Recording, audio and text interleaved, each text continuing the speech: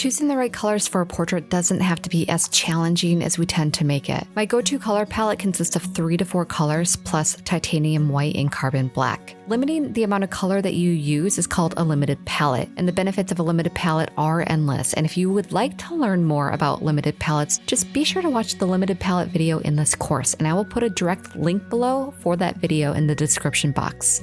I feel that it's incredibly important to note that in this course, I'm going to show you many ways that you can match your paint colors to your reference photo. So for example, I have many bonus lessons where I show you how to use the free program Canva to virtually swatch pigments that visually match your reference photo. I also show you how to use Golden's virtual color mixer to find the exact paint that you would need. And for those not interested in tech, I also show you how to use a recipe book. But here's the thing, the process that I'm teaching you is a layered process where the final skin tones will not come into play until the final step. Instead, it's really important for you to focus your attention on the values of your model, or rather your highlights, your midtones, and your shadows.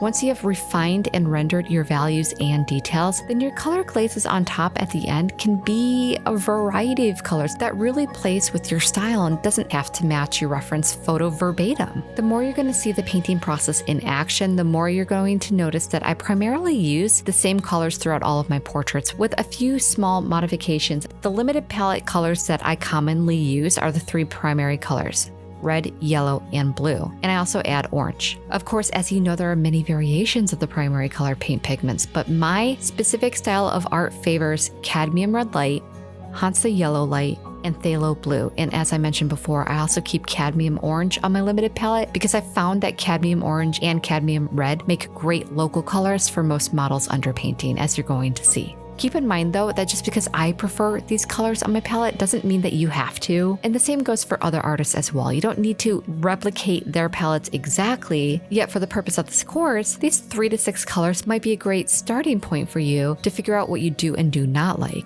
And again, if you wanted to watch the bonus videos that I mentioned above, I have put direct links below for those videos.